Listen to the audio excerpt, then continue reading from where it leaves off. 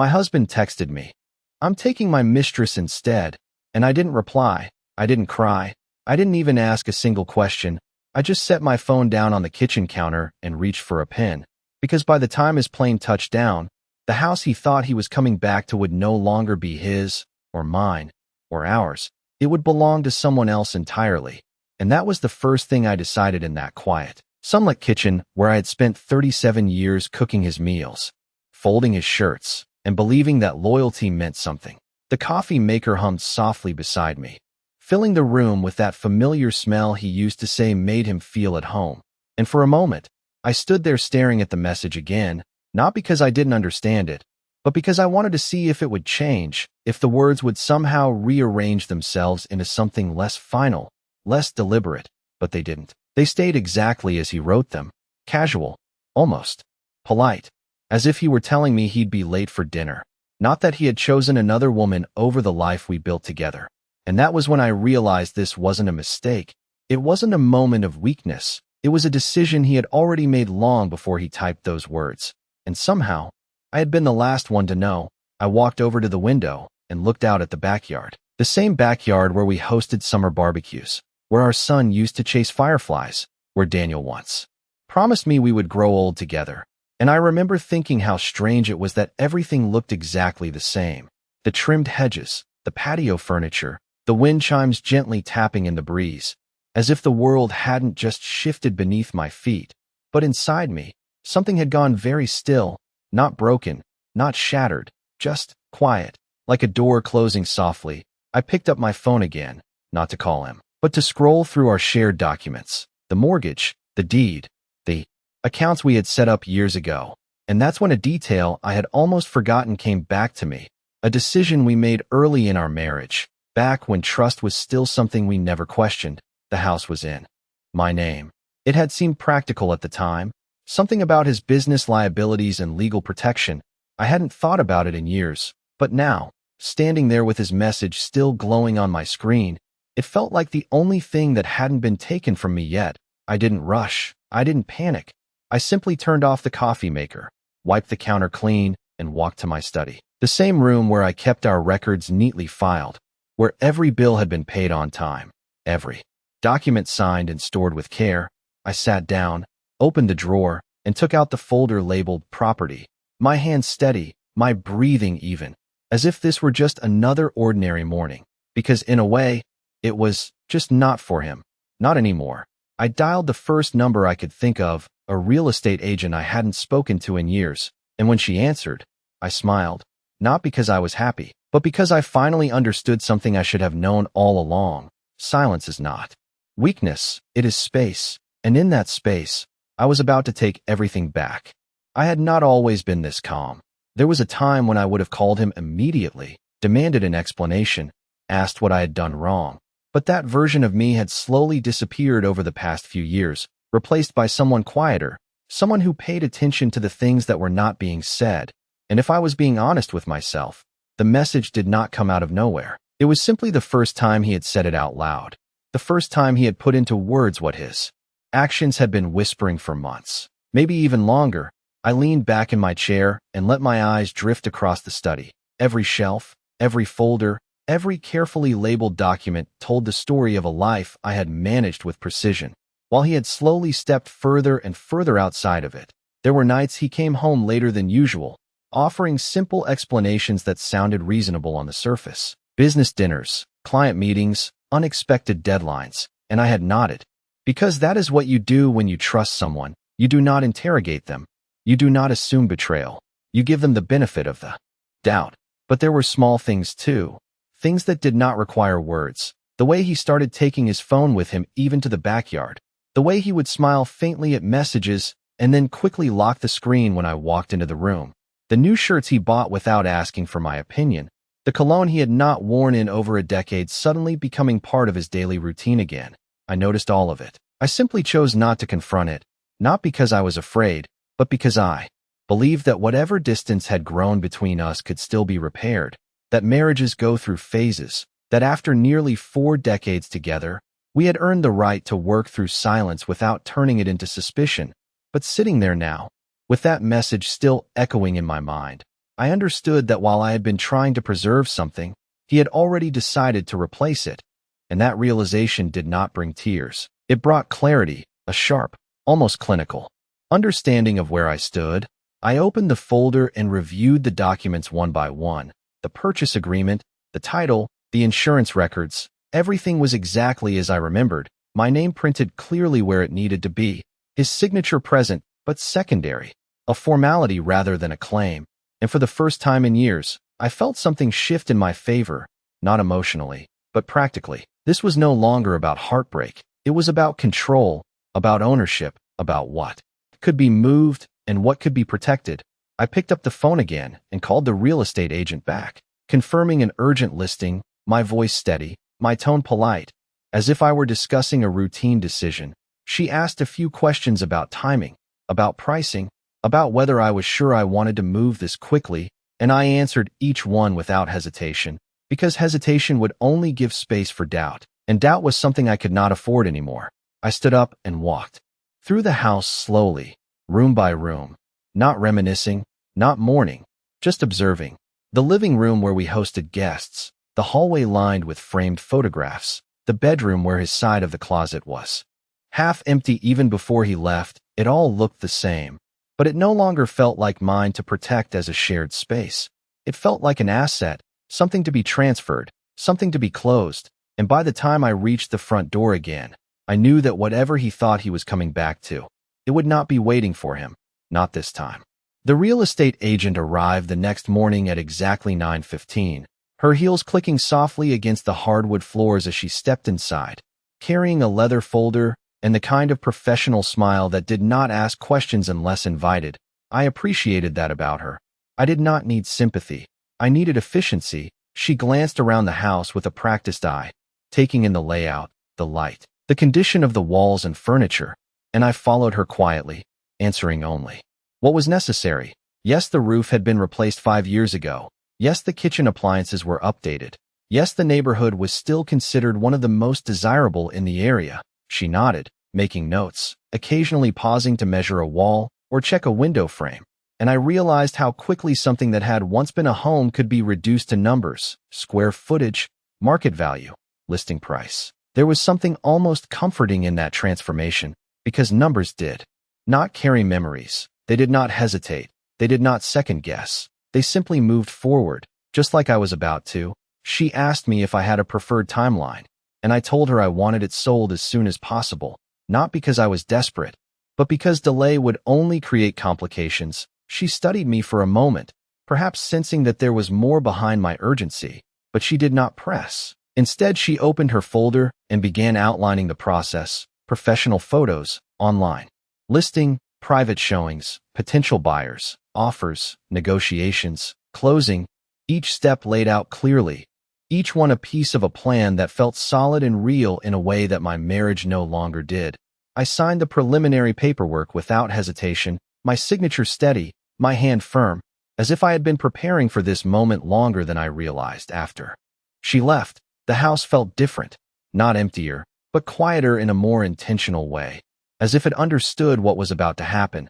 I walked into the bedroom and opened Daniel's closet. His suits were still hanging neatly, his shoes lined up exactly the way he liked them, everything in its place, everything waiting for a man who believed he would return to it. I reached out and touched one of the jackets, not with affection, but with a kind of distant acknowledgement. This had been his life here, but it was no longer something I needed to preserve. I closed the closet door and moved to my own side, pulling out a suitcase, not to pack in a rush, but to begin sorting what mattered and what did not. I folded my clothes carefully, placing them inside one by one, each movement deliberate, controlled. There was no anger in it, no dramatic gestures, just quiet decisions being made. I paused only once, when I came across an old photograph tucked into the corner of a drawer, the two of us, standing in front of this very house, smiling, younger, certain of something that clearly had not lasted. I looked at it for a moment longer than I expected, then set it aside, not thrown away, not kept close, just placed somewhere in between, because that was what it had become, something in between, something finished. By the afternoon, the photographer had arrived, adjusting lights, opening blinds, capturing each room in its best possible form, and I watched from the doorway as he framed the living room, the same space where we had celebrated anniversaries and holidays, now being prepared for strangers to imagine their own lives inside it. And for the first time since I read that message, I allowed myself a small, quiet thought, not of loss, but of certainty. He believed he had taken something from me, but what he did not understand was that I had already begun taking everything back. By the following afternoon, the listing was live, and I knew that because my phone buzzed with the notification before the agent even called to confirm it. A small, quiet signal that everything was already in motion and there was no reason to slow it down now. I sat at the kitchen table with a glass of water, watching the sunlight shift across the floor as if it had done this 1,000 times before, and in many ways it had. Only this time it felt like I was seeing it for what it truly was, not a home filled with meaning, but a space defined by time that had already passed. The first request for a showing came within hours, a young couple, newly married according to the agent, eager and serious, and I agreed without hesitation, scheduling it for later that evening, because there was no reason to protect this place from being seen anymore. When they arrived, I greeted them politely, stepping aside as they walked through each room with quiet excitement, their voices soft but filled with possibility. They paused in the living room, imagining where their furniture might go, stood in the kitchen discussing renovations, opened closets as if searching for potential rather than history, and I watched them without emotion, not detached, but simply aware that what they saw was not what I had lived, and that difference no longer mattered. After they left, the house felt even more still, as if it had already begun letting go of me.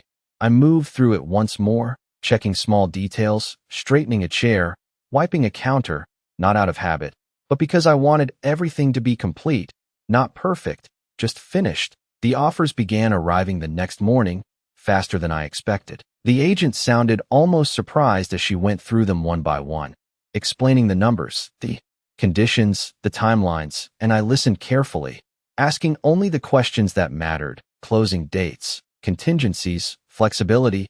I chose the strongest offer without delay, not because it was the highest, but because it was clean, efficient, and aligned with exactly what I needed. No complications, no waiting, just a clear path forward. The paperwork was sent over within the hour, and I signed it the same way I had signed everything else, calmly, without hesitation, as if this had always been part of the plan. The buyer requested a short closing period, less than 2 weeks, and I agreed immediately, because time was not something I intended to give away anymore. Later that evening, I packed the last of my personal belongings, leaving behind only what no longer belonged to me, which, I realized, was most of it. I stood in the doorway of the bedroom one final time, not to say goodbye, but to acknowledge that it no longer held anything I needed to carry with me. I turned off the lights, closed the door, and walked downstairs, the sound of my footsteps echoing softly in the emptying space. And for the first time since everything began, I allowed myself to think about the moment he would return, the way he would walk through that front door expecting everything to be exactly as he left it, the same furniture, the same walls, the same life waiting for him. And I wondered how long it would take before he realized that nothing he thought he owned was still there, not the house, not the space, not even the version of me he had taken for granted. And when that moment came, I would not need to be there to explain it, because the silence would say everything for me. The closing date was set for 12 days later, and once it was written into the contract, everything seemed to move with a quiet urgency that matched my own, the kind that does not rush but does not pause either. I spent those days tying up every detail with the same precision I had used to build my life here, forwarding my mail, closing joint accounts that no longer made sense, transferring what needed to be secured into accounts that belonged only to me, each step deliberate, each decision final. There was no anger in any of it, just clarity, the kind that comes when there is nothing left to negotiate. The attorney called twice to confirm paperwork, his voice calm, professional, asking if I had any concerns, any second thoughts, and I answered the same way both times. No, because second thoughts belonged to a version of me that still believed in explanations, and explanations were no longer necessary. I packed the last of my belongings into neatly labeled boxes, arranging for them to be delivered to a small furnished apartment across town, a temporary space, not because I was uncertain, But because I preferred flexibility over attachment, the movers arrived early on the 10th day. Efficient and quiet, carrying out the pieces of my life without asking questions. Furniture, personal items, the small details that had once filled the house with meaning. And with each item removed, the space echoed a little more, not empty, but cleared, as if it were preparing itself for something new that had nothing to do with me. I walked through each room one final time after they finished, checking that nothing important had been left behind, but more importantly, making sure that I had not left anything unresolved. There were no notes, no letters, no explanations waiting on a table, because there was nothing left to explain. Everything that needed to be said had already been said in his message, and everything that needed to be answered would be answered by what he found when he returned. The morning of the closing, I dressed simply, a neutral blouse, dark slacks, nothing that called attention. Because this was not a moment for display, it was a moment for completion. The title office was quiet when I arrived, the kind of quiet that carries the weight of important decisions. The buyer and their agent sat across the table, polite, respectful, discussing final details, and I listened, signing where required, initialing each page with steady hands. The documents passed back and forth, the numbers confirmed, the signatures verified, until finally, it was done. The house was no longer mine. Not legally, not practically, not in any way that could be reversed. The agent smiled, congratulating me on a smooth transaction, and I returned the gesture with a simple nod, because congratulations were not what I felt. What I felt was something much quieter, something closer to release. When I stepped outside, the air felt different, not lighter, not heavier, just different enough to notice. I got into my car, placed the folder of finalized documents on the passenger seat, and drove away without looking back, not because I was avoiding it, but because there was nothing left behind that required a final glance. By the time I reached my new place, my phone had already begun to ring, his name appearing on the screen again and again, but I did not answer. I let it ring, then stop, then ring again, because whatever urgency he felt now was not something I needed to respond to. Not anymore. Not after everything had already been decided. And as I set the phone down on the small table beside me, I realized that for the first time in a very long time, the silence around me belonged entirely to me. The first night in the apartment was quieter than I expected, not empty, not lonely, just still in a way that felt unfamiliar after years of shared routines and unspoken tension. The furniture was simple, rented, nothing carried history, nothing asked anything from me. And that was exactly what I needed. I placed my suitcase by the bed, set my documents neatly on the small desk, and sat down for a moment, listening to the silence settle around me like something steady and reliable. My phone buzzed again, his name flashing across the screen with a persistence that almost felt desperate now. And I let it ring until it stopped, then ring again, then stop once more, each unanswered call creating a space that he could not cross. Not anymore. By the third attempt, a message appeared, short, sharp, demanding, asking where I was, asking why I was not answering, asking what was going on, and I read it once. Just like I had read his first message, without emotion, without urgency, because the difference between then and now was simple. Before, he believed he had control. Now, he was beginning to understand that he did not. I set the phone aside and walked to the window, looking out at a street I did not yet recognize. Cars passing, people moving through their evening routines, lives continuing without interruption, and it struck me how little the world changes when something significant ends. There is no announcement, no pause, just quiet transitions that only matter to the people inside them. I made a cup of tea, something I had not done for myself in a long time, not because I did not want to, but because I had been too busy maintaining a life that required constant attention. And as I stood there in the small kitchen, waiting for the water to heat, I realized that this was the first decision I had made in days that was not about closing something, but about beginning something else, even if it was as simple as choosing how to spend my evening. The phone buzzed again, this time a voicemail, and I did not need to listen to know what it contained. Confusion, frustration, questions that had come too late. I let it sit there, unanswered, because some conversations lose their relevance the moment the truth becomes clear. And there was nothing he could say now that would change what had already been done. Later that night, I opened my laptop and reviewed the finalized documents once more. not because I doubted them, but because I wanted to see it in writing, the transfer complete, the ownership gone, the transaction closed, everything that had once tied me to that house now reduced to a clean, finished record. And as I closed the file, I felt something settle inside me, not satisfaction, not relief, but certainty, the kind that does not need to be spoken aloud. The next morning, my phone remained silent for the first time since I arrived, and I knew what that meant without needing confirmation. He had gone back. He had seen it, the empty space, the absence of everything he expected, and in that moment, whatever version of control he believed he had was gone, replaced by something he could not manage, not with a message, not with a call, not with anything at all. I sat at the small table by the window, sipping my coffee slowly. And for the first time in a very long time, I was not waiting for anything, not a call, not an explanation, not a change, just the quiet understanding that what had been taken from me was never really his to take, and what I had chosen to do in return required no permission, no approval, no acknowledgement, only action, and that was exactly what I had given it. He called again in the afternoon, but this time I answered, not because I felt obligated, but because I chose to, and that distinction mattered more than anything he could possibly say. There was a brief silence on the line when he heard my voice, the kind that comes when someone is trying to decide which version of the truth they should present, confusion or anger, apology or accusation. And when he finally spoke, it was none of those. It was disbelief, sharp and unsteady, asking what I had done, asking why the house was empty, asking where everything had gone as if objects could disappear without intention.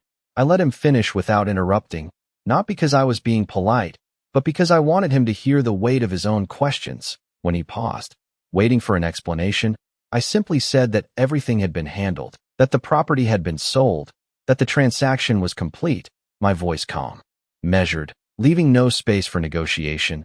There was another silence, longer this time, and I could almost picture him standing in that empty living room, the echo of his footsteps replacing the certainty he once carried so easily. He asked if I was serious, if this was some kind of mistake, and I told him no, it was not a mistake. It was a decision, the same kind he had made when he chose to send that message. Except mine did not require anyone else's approval. His tone shifted then, moving from disbelief to something closer to frustration, asking how I could do this without telling him, how I could make such a significant move without discussing it. And for a moment, I considered answering that question directly, but then I realized that the answer was already clear, so I simply reminded him that he had already made his position known, that he had already chosen a different direction for his life, and I had only responded accordingly. There was a brief attempt at justification on his part, something about needing space, about things not being what they used to be, about timing and misunderstanding, but the words sounded hollow even before he finished them, because they were not explanations, they were afterthoughts, and I had no interest in revisiting something that had already been resolved. He asked where I was, and I told him that it did not matter, not in the way it used to, because location was no longer something we shared, it was something that belonged to me. Alone now, there was a sharp exhale on the other end, the kind that carries both anger and realization. And then he said something that almost sounded like a demand, asking me to come back so we could talk about this properly, as if conversation could undo actions that had already been completed, and I declined, not harshly, not dramatically, just clearly, because there was nothing left to discuss. The house was gone, the accounts were separated, the life we had built had been closed with the same precision it had been maintained, and no amount of conversation could reopen it. He grew quieter after that, his voice losing its edge, replaced by something uncertain, perhaps even regret, but regret is a late arrival. It shows up after decisions have already taken their course, and it does not change outcomes, it only acknowledges them. I listened to him for a moment longer, then told him that I wished him well, not as a gesture of kindness, but as a statement of finality, and before he could respond, I ended the call, setting the phone down beside me with the same steady motion I had used for every other decision in the past days. There was no shaking in my hands, no second thoughts, just a quiet understanding that what had been done could not be undone, and more importantly, that it did not need to be. The days that followed did not unfold with drama or chaos the way people often expect when something ends. There were no sudden confrontations, no unexpected visits, just a series of quiet attempts from him to reach back into something that no longer existed, messages that grew shorter, less certain, as if he was beginning to understand that persistence could not rebuild what had already been dismantled. I read some of them, ignored most of them, not out of spite, but because they no longer required my attention. I had already given that part of my life more time than it deserved. Instead, I focused on the small details of my new routine. The way the morning light entered through a different window, the sound of traffic at a distance instead of the familiar stillness of our old street, the simplicity of preparing a meal for one without considering anyone else's preferences. These were not grand changes, but they carried a kind of clarity that felt unfamiliar at first and then gradually became something I relied on. One afternoon, I received an email from the real estate agent confirming that the new owners had officially taken possession of the house.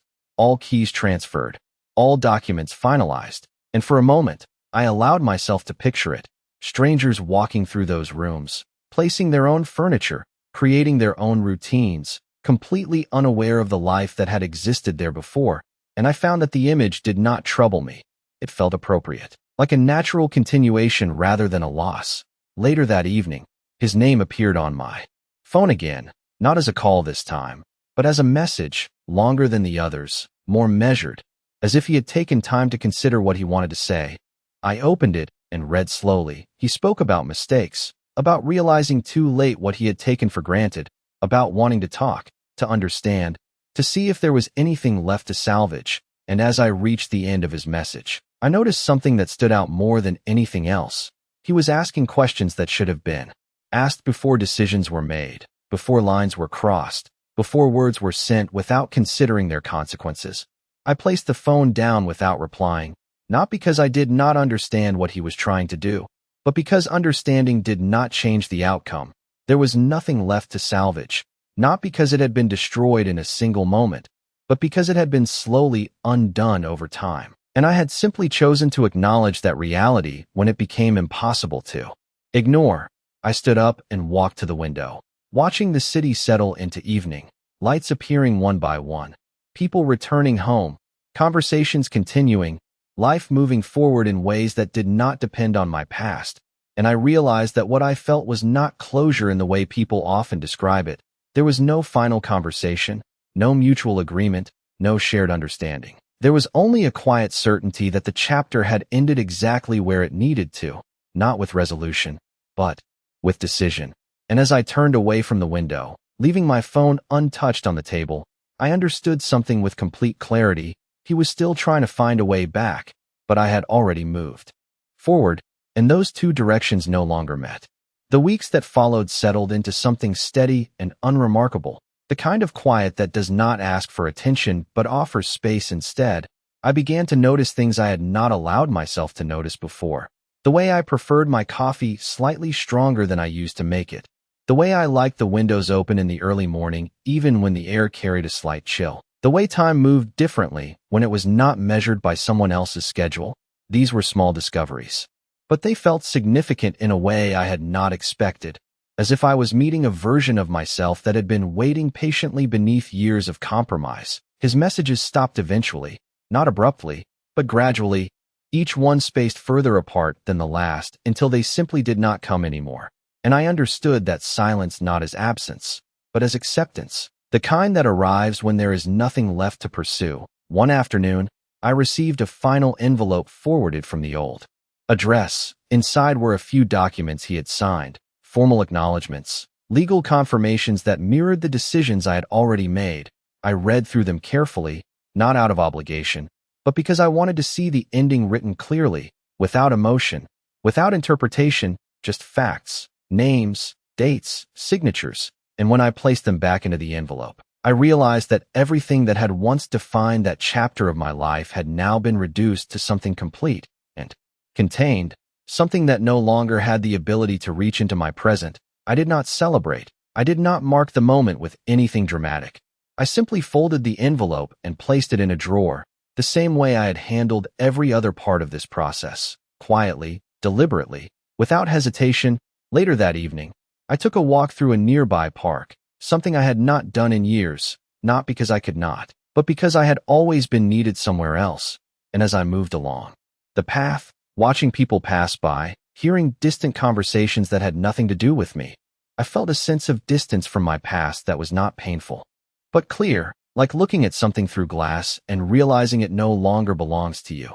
I sat on a bench for a while, letting the sunlight fade slowly into evening, and for the first time, I allowed myself to think about the future without referencing anything behind me. Not what I had lost, not what had changed, just what was possible now that nothing was holding me in place, and the thought did not overwhelm me. It did not demand immediate answers. It simply existed as an open space, one that I could step into at my own pace. When I returned to the apartment, I placed my keys on the table and paused for a moment, noticing how natural that simple action felt, how unburdened it was by expectation or routine, and I understood then that what I had done was not about taking something away from him.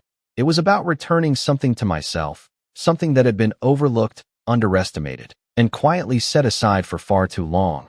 And as I turned off the lights and let the room settle into darkness, there was no lingering doubt, no unfinished thought, only the steady, quiet certainty that I had not lost my place in the world. I had simply chosen a different one, and this time, it was entirely my own.